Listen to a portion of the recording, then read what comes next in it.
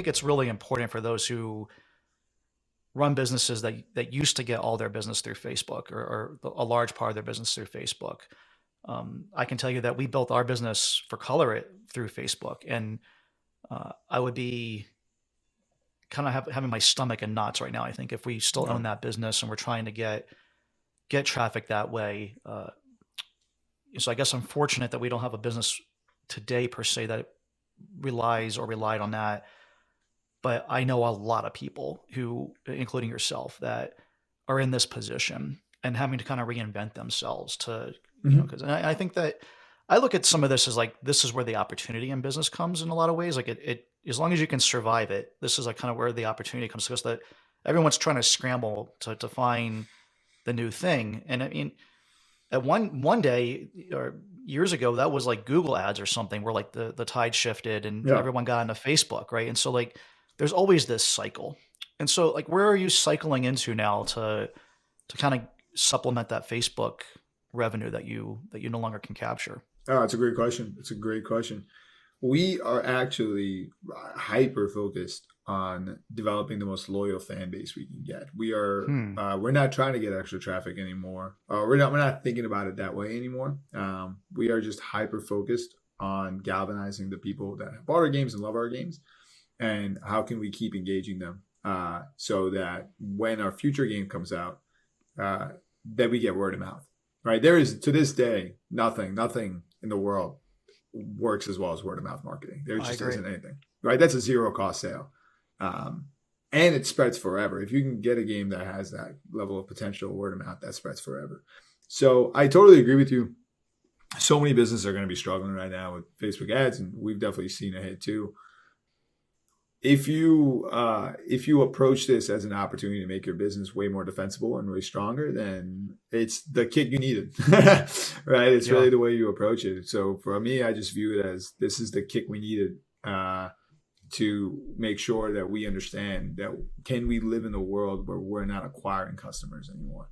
Can we survive in a world where acquiring customers is too expensive? So we, for example, are really focused on testing our games with as many customers as we can. We're very focused on communicating to our customers, providing as much value as we possibly can. We're hyper focused on content, emails. Um, and yeah, so we're really not trying to think about it more from a paid acquisition anymore. And we might be wrong. TikTok has been very promising to a lot of people. I don't know for us if we will be able to really make it work on TikTok. It's not something I feel very encouraged on for board games, at least, um, so it's all about just working with our current audience.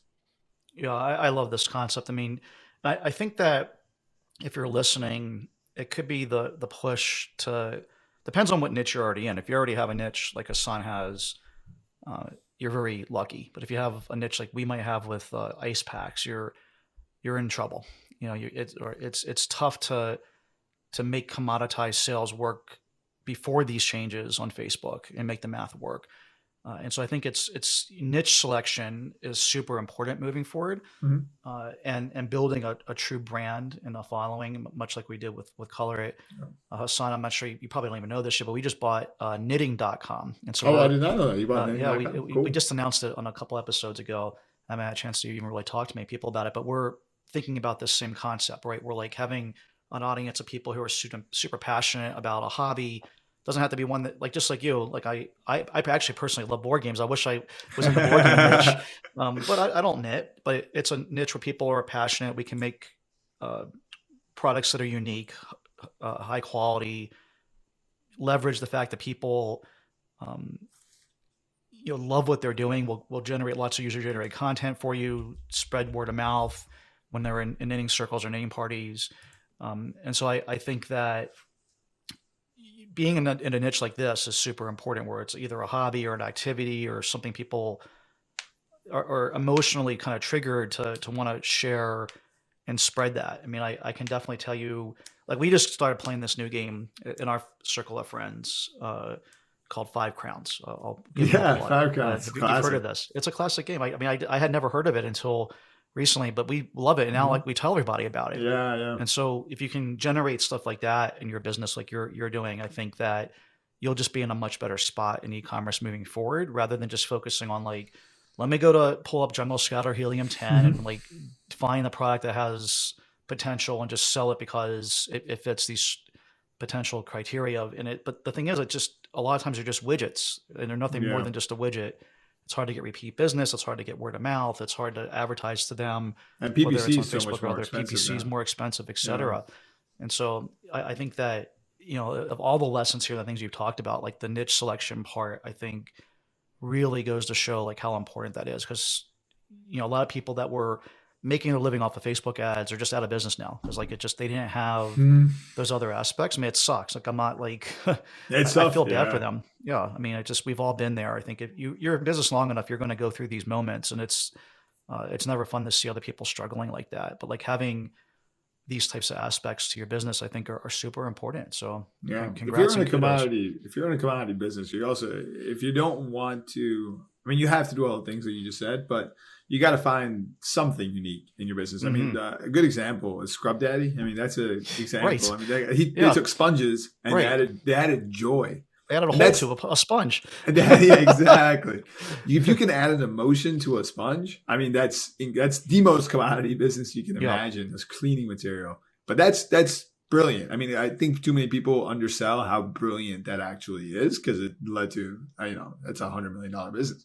Yeah. And Um, it's patented, which is important. They have yeah. IP that they can defend, which I think is super important. And they're not just copying everyone else, and they were able to make it viral because it is just unique enough. It's like it Mhm. doesn't. You don't have to. Again, it's not that we didn't reinvent the wheel. It's still just a sponge, Yeah. but it's like kind of a double-sided sponge, and it has the hole, which Yeah. makes the smile. But And it like it makes you actually is like a smile grip, makes you while you smile, clean, and that's so and powerful. it is. And then other people tell other people about it, which is Absolutely. super important. So Yep. And the other thing I would say on that note is, you have netting.com.